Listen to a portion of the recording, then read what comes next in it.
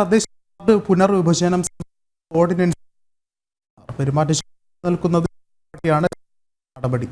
കഴിഞ്ഞ ദിവസം ചേർന്ന പ്രത്യേക ഇറക്കാൻ തീരുമാനിച്ചത്. വിനോദ തിരുവനന്തപുരത്ത് നിന്ന് ചേർന്നുണ്ട്. വിനോദ, എന്താണ് ഏറ്റവും പുതിയ വിവരങ്ങൾ?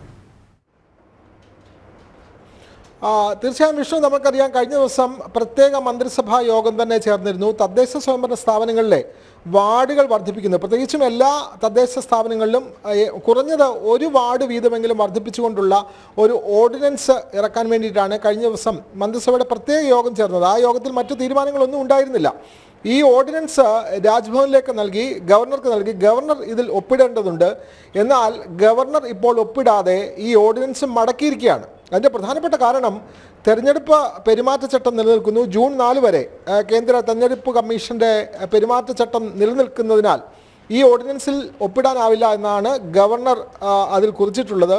ഇത് വലിയ സാങ്കേതിക പ്രശ്നം തന്നെയാണ്. കാരണം പെരുമാറ്റച്ചട്ടം നിലനിൽക്കുമ്പോൾ ഇത്തരത്തിലുള്ള നയപരമായ ഒരു കാര്യത്തിലും തീരുമാനമെടുക്കരുത് എന്നാണ് ചട്ടം. പക്ഷേ ഇതിനെല്ലാം മറികടന്നാണ് തെരഞ്ഞെടുപ്പ് കമ്മീഷനെ പോലും അറിയിക്കാതെയാണ് മന്ത്രിസഭയുടെ പ്രത്യേക യോഗം കൂടി ഇത്തരത്തിൽ തദ്ദേശ വാർഡുകളിൽ വാർഡുകൾ വിഭജിക്കാനുള്ള അല്ലെങ്കിൽ വാർഡുകൾ വർദ്ധിപ്പിക്കാനുള്ള തീരുമാനമെടുത്തത്. ഗവർണർ ഈ ഓർഡിനൻസ് മടക്കിയതോടുകൂടി ഇനി അടുത്ത നിയമസഭാ സമ്മേളനത്തിൻ്റെ തീയതി തന്നെ പ്രതിസന്ധിയിലാകുന്നു എന്നാണ് നമ്മൾ മനസ്സിലാക്കുന്നത്.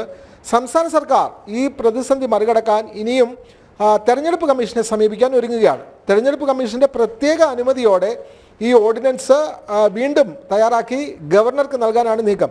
പക്ഷേ തെരഞ്ഞെടുപ്പ് കമ്മീഷൻ ഇതിന് അനുമതി നൽകുമോ ഇല്ലയോ എന്നുള്ള കാര്യം വ്യക്തമല്ല. കാരണം പെരുമാറ്റച്ചട്ടം നിലനിൽക്കുമ്പോൾ ഇത്തരം കാര്യങ്ങളിൽ തീരുമാനമെടുക്കുക വളരെ പ്രയാസകരമാണ്, അല്ലെങ്കിൽ അത് പെരുമാറ്റച്ചട്ടത്തിന് വിരുദ്ധവുമാണ്. അതുകൊണ്ട് സർക്കാർ ഇപ്പോൾ വെട്ടിലായി എന്ന് വേണം കരുതാൻ.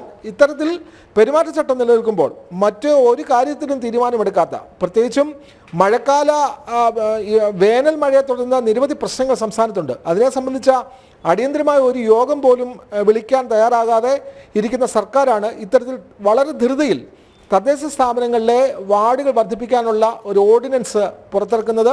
പക്ഷേ ഗവർണർ രാജ്ഭവൻ ഇതിൽ ഒപ്പിടാതെ മടക്കിയിരിക്കുന്നു. അതുകൊണ്ട് സർക്കാർ വെട്ടിലായി എന്നുള്ളതാണ് വളരെ പ്രധാനപ്പെട്ട കാര്യം. വിഷ്ണു, വ്യക്തമാണ്. തദ്ദേശ വാർഡ് പുനർവിഭജനവുമായി സംബന്ധിച്ചുള്ള ഓർഡിനൻസ് മടക്കിയിരിക്കുകയാണ് ഗവർണർ ആരിഫ് മുഹമ്മദ് ഖാൻ. പെരുമാറ്റച്ചട്ടം നിലനിൽക്കുന്നത് ചൂണ്ടിക്കാട്ടിയാണ് രാജ്ഭവന്റെ നടപടി. കഴിഞ്ഞ ദിവസം ചേർന്ന പ്രത്യേക മന്ത്രിസഭാ യോഗത്തിലായിരുന്നു ഓർഡിനൻസ് ഇറക്കാൻ തീരുമാനിച്ചത്.